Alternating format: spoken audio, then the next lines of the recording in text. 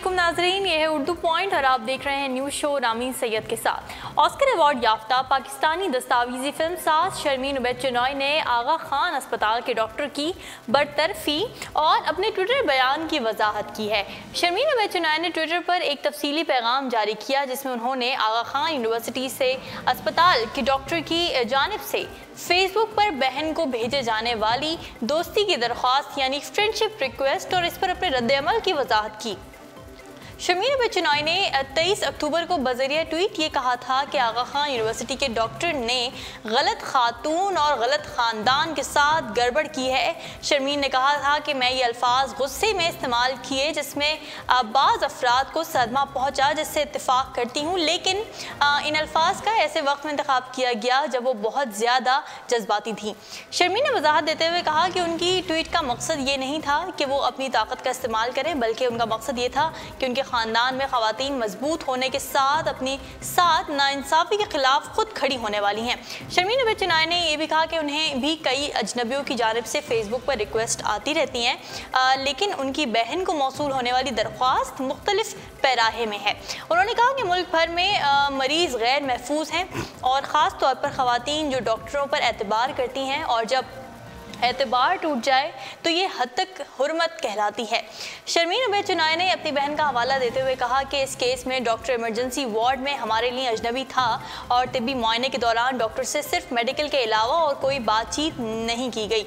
शर्मीन उबैद ने कहा कि डॉक्टर ने उनकी बहन की तस्वीर सोशल मीडिया पर तलाश की, उन पर तबसरा किया और फेसबुक पर दोस्ती की दरख्वास्त भी भेज दी, और इन तमाम चीज़ों का वाज़ेह मकसद था जो इस बात को साबित करता है कि कोई किस तरह गैर महफूज है। और शर्मीन उबैद ने कहा कि हमने अस्पताल में शिकायत दर्ज कराई, जिस पर अस्पताल ने अपनी तहकीकात की और इस तहकीकात की रोशनी में कोई कदम उठाया गया। शर्मीन ने कहा कि वो अब भी इस चीज़ पर कायम हैं कि ये डॉक्टर और मरीज़ के दरमियान एतमाद की संगीन खिलाफ वर्जी है, और उन्होंने कहा कि ख़वातीन को नज़रअंदाज करने या उनकी आवाज़ दबाने की वजह से वो हरासा किए जाने और गैर अखलाक़ी बर्ताव पर बात करने से खौफजदा होती हैं। शर्मीन ने अपने पैगाम के ख़िताम में कहा कि जिस अंदाज में उन्होंने डॉक्टर के बर्ताव का जिक्र किया उससे इख्तिलाफ किया जा सकता है, लेकिन सोशल मीडिया की हुदूद, तिब्बी पेशे और उनके इजहार बयान पर एक तफसीली बहस हो सकती है। शर्मीन उबैद चिनॉय की ट्वीट के बाद आगा खान यूनिवर्सिटी अस्पताल के डॉक्टर को अपनी मुलाजमत से हाथ धोना पड़ा और इसी के साथ सोशल मीडिया पर हरासा करने पर एक नई बहस छिड़ गई। बाज़ ने शर्मीन उबैद के मौक़िफ़ की तायद की और कुछ ने मुखालफत की। शर्मीन की ट्वीट पर एक सारिफ फ़हद तारिक ने सवाल भी किया कि क्या आपको हरासा किए जाने का मतलब मालूम है, जिसका जवाब देते हुए शर्मीन ने लिखा कि वो अच्छी तरह हरासा किए जाने का मतलब जानती हैं।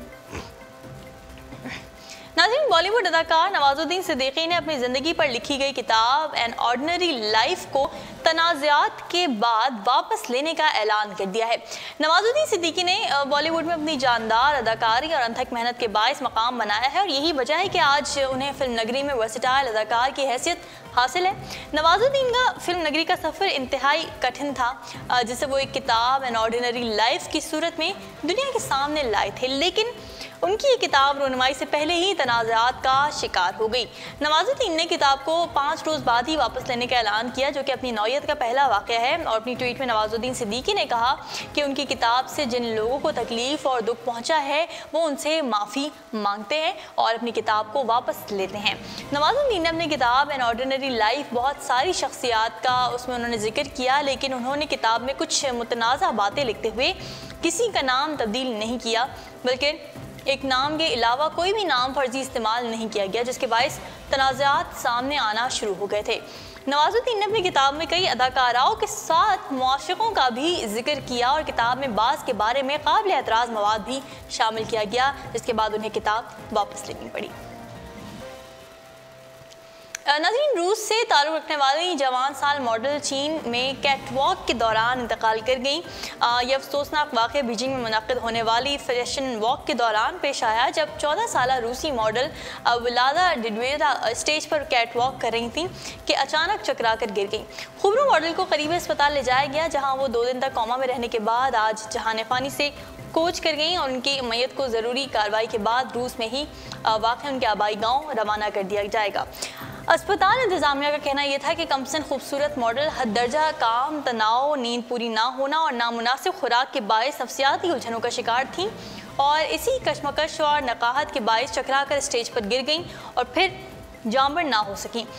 मुतवस्सित तबके से ताल्लुक़ रखने वाली 14 साला मॉडल ने माली बहरान पर काबू पाने और वालिदैन का हाथ बटाने के लिए गुज़श्ता माह ही चीन का एक मॉडलिंग एजेंसी से 3 महीने का मुआहदा किया था और इसी सिलसिले में वो बीजिंग में मुक़ीम थी और बीजिंग में मुनक़दा फ़ैशन शो से अपने बैनुल-अक़वामी करियर का आगाज़ किया था। मुतवस्सित तबके से ताल्लुक़ रखने वाली रूसी मॉडल ने माली बहरान के बायस ख़ानदान की कफ़ील बनकर मॉडलिंग की चकाचौंध दुनिया में कदम रखा था।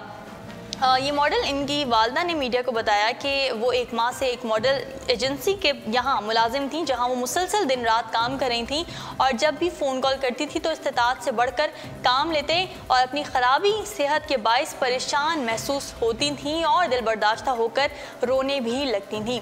गैर मुल्की खबर रसां एजेंसी के मुताबिक मॉडल की मौत के बाद पता चला कि मज़कूरा कंपनी ने ना तो मेडिकल इंश्योरेंस दिया और ना ही इलाज कराने में कोई ख़ास दिलचस्पी जाहिर की, जबकि मुआहदे के बरखिलाफ मॉडल से 3 घंटे के बजाय 14 घंटे काम भी लिया जाता था। पुलिस ने वाक़े का मुकदमा दर्ज करते हुए इब्तदाई शवाहिद की रोशनी में तहकीकात का आगाज़ कर दिया है और मज़कूर एजेंसी से मुआहदे की मुतालिक पूछगछ का सिलसिला भी जारी है, जबकि मॉडल के वालिदैन को कानूनी चाराजोई के लिए चीन आने की दावत भी दी गई है। खबरों के सिलसिले को आगे बढ़ाते हैं। नाज़रीन, बरतानवी शाही ख़ानदान में इस वक्त मलका एलिज़ाबेथ तख्त पर विराजमान हैं और फ़िलहाल उनका अपने तख्त से दस्तबरदारी का कोई इरादा नहीं है। सन 2015 में वो अपनी परदादी मलका विक्टोरिया का तवील तरीन अरसा तक तख्त पर विराजमान रहने वाली मलका का रिकॉर्ड भी तोड़ चुकी हैं और उनके बाद उनके साहबजादे और वली अहद शहजादा चार्ल्स तख्त पर विराजमान होंगे, जिसके बाद उनकी दूसरी अहलिया कमिला को बरतानिया की मलका हासिल होने का एजाज़ हासिल हो जाएगा।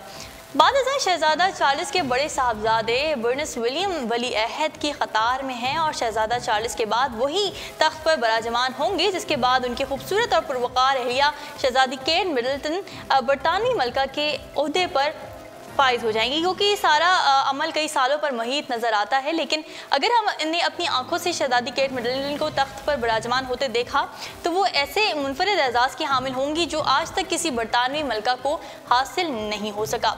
अब वो मुनफरिद एजाज़ ये है कि शहजादी केट मिडलटन का डिग्री याफ्ता होना। शहजादी केट मिडलटन ने एंड्रियड यूनिवर्सिटी ऑफ एडिनबर्ग से आर्ट हिस्ट्री में डिग्री हासिल कर रखी है और यही वो मकाम है जहाँ शहजादा विलियम से उनकी मुलाकात हुई, जो बादज़ा मोहब्बत और फिर शादी पर मुतनज हुई। बरतानिया में इससे कबल जितनी भी मलकाएँ तख्त पर विराजमान हुई हैं वो बहुत छोटी उम्रों से इस ओहदे पर फाइज हो गई, जिसके बायस उन्हें अपनी तालीम मुकम्मल करने का मौका ना मिल सका। ताहम अगर शहजादी केट मिडलटन बरतानवी मलका बन गई तो वो बरतानवी तारीख़ की पहली और अब तक की वाहिद मलका होंगी जो किसी तालीमी डिग्री की हामिल होंगी। और नाज़रीन, व्हाट्सएप ने वो फ़ीचर मुतारिफ़ करवा दिया है जिसका सारिफीन को बेसब्री से इंतज़ार था। व्हाट्सएप सारिफीन को अक्सर एक मसला दरपेश होता है, वो किसी और का पैगाम दूसरे शख्स को भेज देते हैं जो बसा औक़ात पेशीमानी का सबब भी बनता है। व्हाट्सएप सारिफीन इस बात से बखूबी वाकिफ़ हैं कि अगर वो किसी दूसरे दोस्त को गलती से कोई पैगाम, वीडियो या तस्वीर शेयर कर दें तो उसके लिए हुज्जतें पेश करनी पड़ती हैं और सारिफीन के ख्वाहिशात को मद्देनज़र रखते हुए व्हाट्सएप इंतज़ामिया ने डिलीट फॉर एवरीवन के फ़ीचर पर काम करना शुरू कर दिया था और उन्होंने इसका तजुर्बा रवां साल अप्रैल में भी किया था। नए फीचर डिलीट फॉर एवरीवन के तहत सारिफीन अब अपना भेजे जाने वाला पैगाम 7 मिनट के अंदर ख़त्म कर सकेगा और फिलवक्त ये फ़ीचर बीटा वर्जन ने मुतारिफ़ करवा दिया है, लेकिन जल्द ही इसकी सहूलत 1 करोड़ से ज़ायद सारिफीन को मैसर होगी। व्हाट्सएप सारिफ नए फीचर के तहत ग्रुप के पैगाम को भी 7 मिनट के अंदर डिलीट कर सकेगा और अगर इसके तरीक़ेकार के हवाले से बात की जाए तो व्हाट्सएप चैट में जाएंगे और फिर मुतालिका पैगाम को सेलेक्ट करेंगे, जिसके बाद स्क्रीन पर डिलीट का ऑप्शन नज़र आएगा और मज़ीद समझने के लिए आपको स्क्रीन पर तस्वीर दिखाएंगे। उसमें आप देख सकते हैं कि तस्वीर में 2 ऑप्शन स्क्रीन पर नमूदार होंगे, एक के तहत पैगाम को सिर्फ अपने लिए और दूसरे के इस्तेमाल से पैगाम सबके लिए डिलीट किया जा सकेगा। मुंतज़मीन का कहना यह है कि फ़िलहाल ये फ़ीचर अपडेटेड वर्जन इस्तेमाल करने वाले सारिफीन ही इस्तेमाल कर सकेंगे। अमेरिका की हार्वर्ड यूनिवर्सिटी ने ऐसी रोबोटिक मक्खी तख्लीक की है जो ना सिर्फ फिजा में उड़ सकती है बल्कि समंदर में गौता लगाकर वहां से भी मालूमात इकट्ठी कर सकती है। रोबोबी के नाम से ये रोबोटिक मक्खी हार्वर्ड ने सन 2013 में तैयार की थी। ताहम गुज़िश्ता बरस इसको अपग्रेड किया गया, जिसके बाद ये दीवार पर चिपकने के काबिल हो गई है। अब इस रोबोटिक मक्खी को मजीद जदीद बनाया गया है और अब ये पानी में भी गौता लगा सकती है। 2 से 2.5 सेंटीमीटर साइज की इस मक्खी में उड़ने के लिए नन्हे रॉकेट्स नस्ब किए गए हैं और ये हमशक्ल उंगली के एक पोर के बराबर है।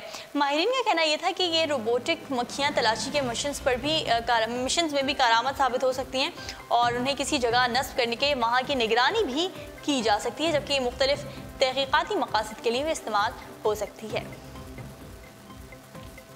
और नाज़रीन, तुर्की के एक डिज़ाइनर ने ऐसा शीशा तैयार किया है जिसमें देखने के लिए मुस्कुराना एक शर्त है। माहिरीन कहते हैं कि खुश रहना और मुस्कुराना सेहत के लिए अच्छा होता है, लेकिन अक्सर लोग मुश्किलात और दुखों की वजह से हंसना और मुस्कुराना भूल जाते हैं। ऐसे में तुर्की के एक डिज़ाइनर ने मरीज़ों गम और मुश्किलात से मुतासिर लोगों के लिए ऐसा शीशा मुतारिफ करवाया है जिसमें देखने से पहले मुस्कुराना लाजमी होगा। इस आईने में नित नई टेक्नोलॉजी की मदद से फेशियल रिकॉग्निशन फीचर डाला गया है और जब कोई फ़र्द इसमें देखेगा तो इससे पहले मुस्कुराना लाजमी होगा, वरना ये आपको आपकी तस्वीर नहीं दिखाएगा। ये फीचर चेहरे की मुस्कुराहट को जांचेगा, जिसके बाद शीशे में शक्ल देखी जा सकेगी। इस शीशे को एक नज़र देखा जाए तो ये टैबलेट की तरह नज़र आएगा, लेकिन इसे दीवार पर लटकाने के साथ किसी जगह रखा भी जा सकता है।